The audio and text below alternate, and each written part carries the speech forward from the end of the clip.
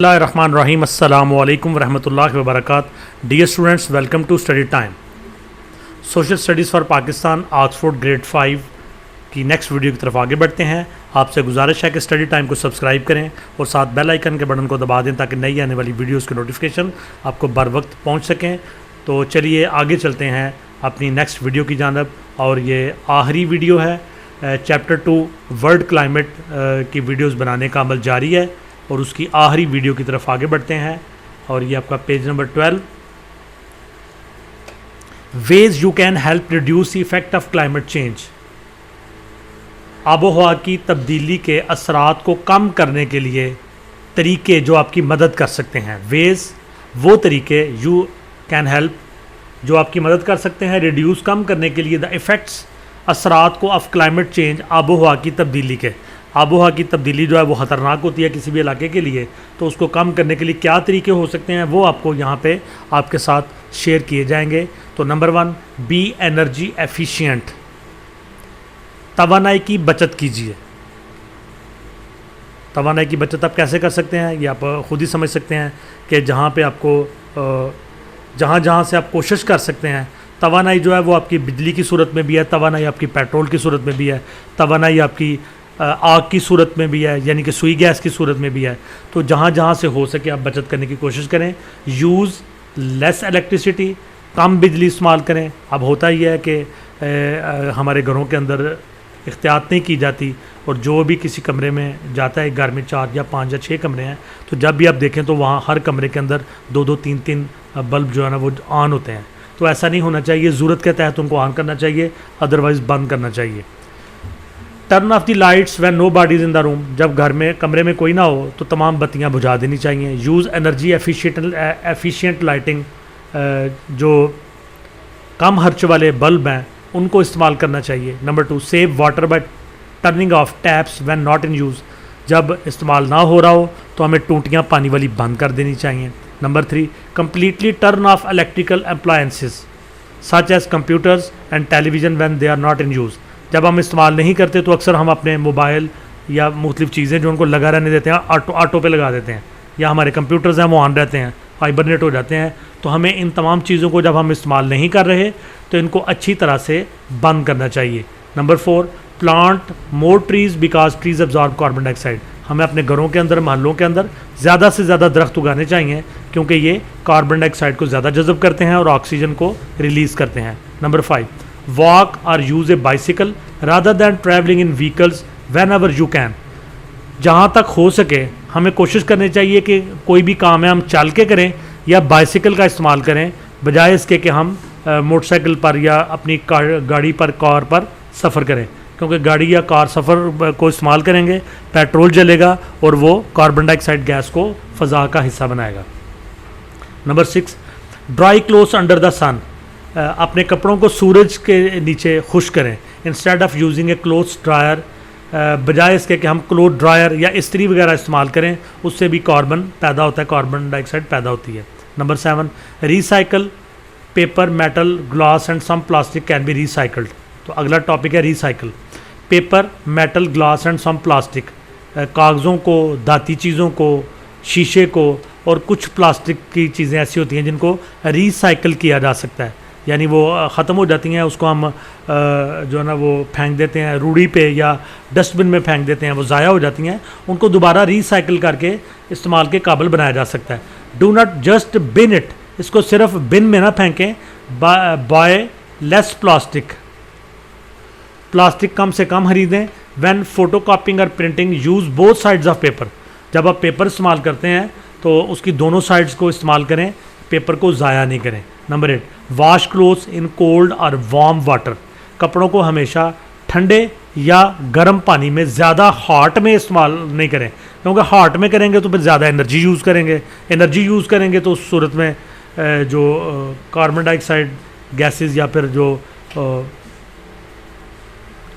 Green house gases होती हैं वो पैदा होंगी। Use the minimum amount of detergents for washing, कपड़े धोने के लिए कम से कम मिकदार में सर्फ या डिटर्जेंट इस्तेमाल करें। एज मोर डिटर्जेंट मीन्स मोर रिंजिंग, क्योंकि जब आप ज़्यादा सर्फ इस्तेमाल करेंगे तो इसका मतलब है कि धुलाई पे टाइम ज़्यादा लगेगा। जब टाइम ज़्यादा लगेगा तो बिजली ज़्यादा इस्तेमाल होगी, या जो भी आप एनर्जी यूज़ कर रहे हैं। Number 9, be aware of what happens to our rubbish. इस बात से आगाह रहें, ख़बरदार रहें कि हमारा कूड़ा करकट उसका क्या बन रहा है। Keep stuff out of landfill sites.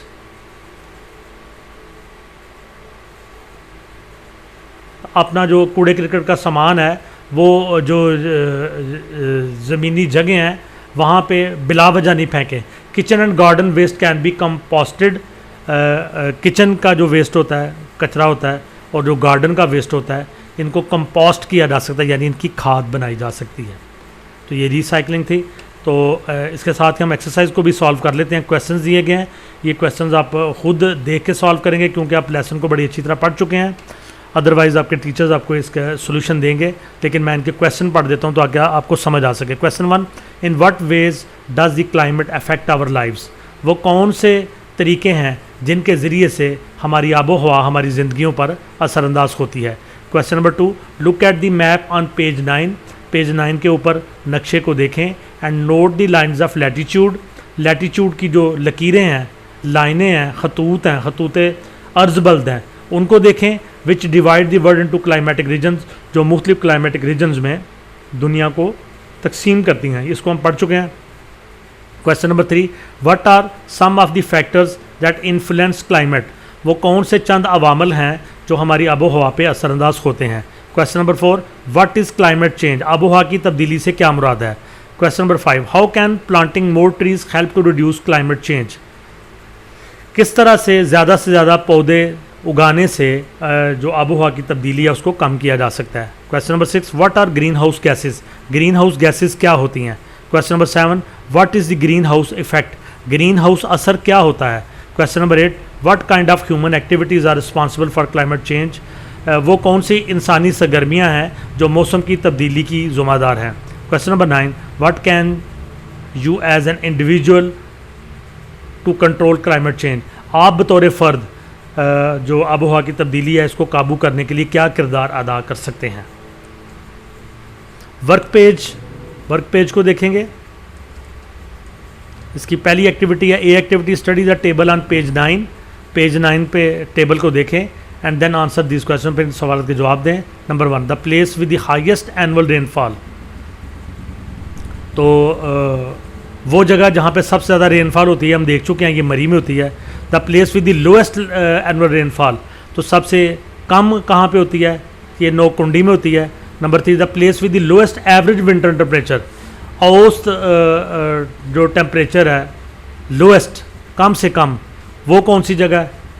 The place with the lowest average winter temperature, तो ये -2 और 3.7 है। जगह यहाँ पे नहीं बताई गई, तो इसके लिए हमें पेज नंबर 9 पे जाना पड़ेगा।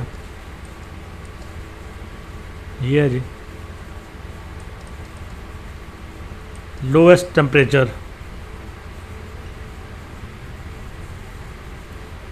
ये लोएस्ट टेम्परेचर है। क्वेटा में है -2, लोएस्ट एवरेज टेम्परेचर -2, तो क्वेटा और -2 ये इसका आंसर है।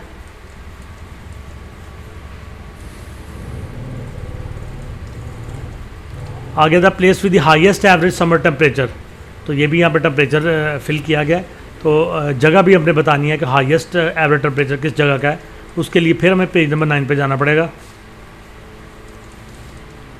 तो हाईएस्ट टेम्परेचर 35.5 मुल्तान, ये जैकबाबाद 36.9, तो ये वाला हाईएस्ट टेम्परेचर है और जैकबाबाद जगह का नाम है।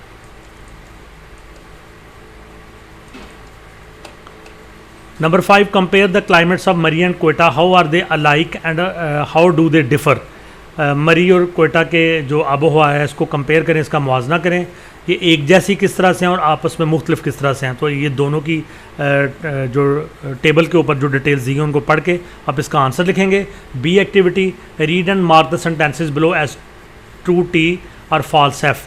तो जो ट्रू है उनका अगर टी लिखें, जो फॉल्स उनका एफ लिखें। Number 1, places near the poles are often very warm.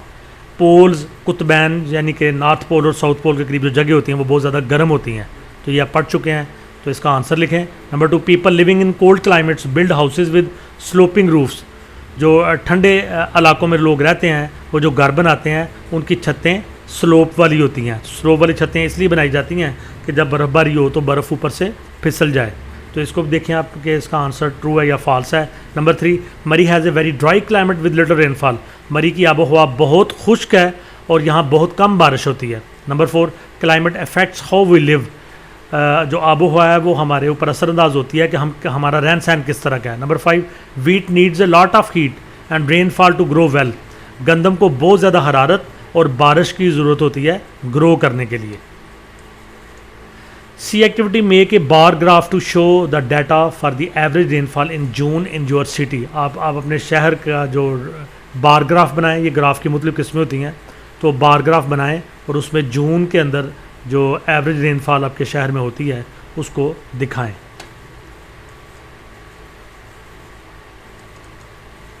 अगली exercise D, fill in the blanks. Number 1, without green house gases the earth would be very dash with temperatures falling to -17 degree centigrade. अगर green house gases नहीं होंगी दुनिया में तो ज़मीन बहुत ज़्यादा चिल्ली हो जाएगी, ठंडी हो जाएगी और इसके ऊपर जो एवरेज टेम्परेचर है -17 डिग्री सेंटीग्रेड हो जाएगा। तो यहाँ पे फिल में आएगा chilli. Number 2, the use of dash fuels increase the amount of green house gases in the atmosphere. तो यूज़ ऑफ डैश फ्यूल्स, तो ये फॉसिल फ्यूल्स थे, इनका इस्तेमाल ग्रीन हाउस गैसेज को बढ़ा देता है हमारी फ़ज़ा के अंदर। Number 3, plants and trees absorb dash. पौधे और जो दरख्त हैं ये क्या चीज़ जज़ब करते हैं? कार्बन डाइऑक्साइड जज़ब करते हैं, क्योंकि ये ऑक्सीजन रिलीज़ करते हैं, कार्बन डाइऑक्साइड जज़ब, तो यहाँ पे कार्बन डाइऑक्साइड ही आएगा। Number 4, the main energy resources for producing electricity is coal. बड़े ज़राए जिनके ज़रिए बिजली पैदा की जा रही है पावर प्लांट्स के अंदर वो कोल है। Number 5, walking and cycling is good for the environment because dash. Walking and cycling is good for the environment, चलना, पैदल चलना और साइकिल चलाना माहौल के लिए अच्छा है, because energy is not used in these activities, क्योंकि इन एक्टिविटीज़ में कोई एनर्जी यूज़ नहीं होती जिससे कोई कार्बन डाइऑक्साइड या कोई गैसेस खारिज हों। Number 6, green house gases trap dash in the atmosphere. Green house gases जो होती हैं trap dash in the atmosphere, फ़ज़ा के अंदर किस चीज़ को ट्रैप कर लेती हैं? हीट एनर्जी को।